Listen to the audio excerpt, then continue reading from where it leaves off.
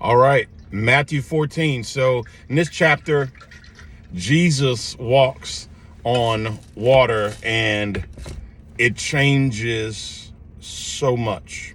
In this chapter, you'll see why Peter was left the church.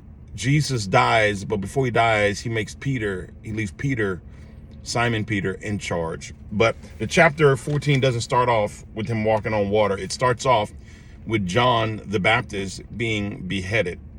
This story is so important because John's beheading was a moment for Jesus. Jesus literally left and wanted to be alone because John wasn't just the forebearer of the gospel, because John made the road and paved the road that Jesus would walk on. The Bible calls John the second coming of Elijah. John is the one that basically creates the path for Jesus and gives Jesus his first disciples, Andrew. So John dying is huge from a spiritual point, but from a personal point, John the Baptist was the first person to introduce baptism and salvation through baptism and faith and belief. So he introduced that, not Jesus. Jesus kind of followed suit, but John the Baptist was prophesied to be the forerunner of the Savior. But John the Baptist wasn't only the forerunner of Jesus, he was Jesus' first cousin, his friend, and I'm sure they loved each other deeply. So John's beheading was personal, and Jesus wants to take a beat and get alone, but he doesn't get that moment to really be alone. So that's how the chapter opens. Something else really incredibly important is you see Jesus feed the 5,000 right here, starting at verse 13.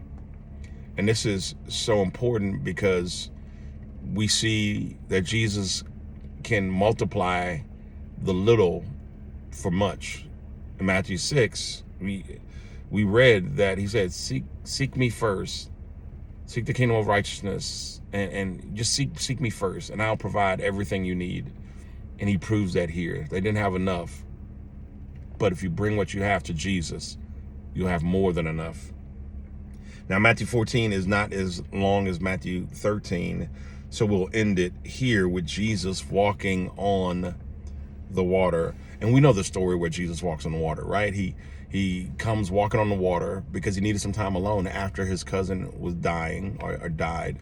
So he walks on the water, and in the process, he gets to the boat. They're terrified because they think it's a ghost or something. But it's not, it's Jesus. And as the rest of the disciples, the other 11 disciples, are terrified, Peter says, listen, Jesus, if it's you, bid me to come out to you.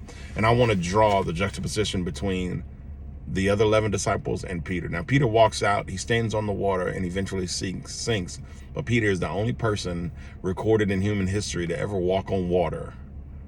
The only human, fully human, to ever walk on water was Peter. Remember, Jesus was kind of like Herculean, right? He's flesh and blood, but he's also fully man and fully God, where Peter was fully man, the only fully man to ever walk on water. And listen, that's the difference between a believer and a follower. A believer believes Jesus can do it. A follower steps out of the boat and trusts Jesus. I want to challenge you to trust Jesus today as you read Matthew 14. I love you. God bless you.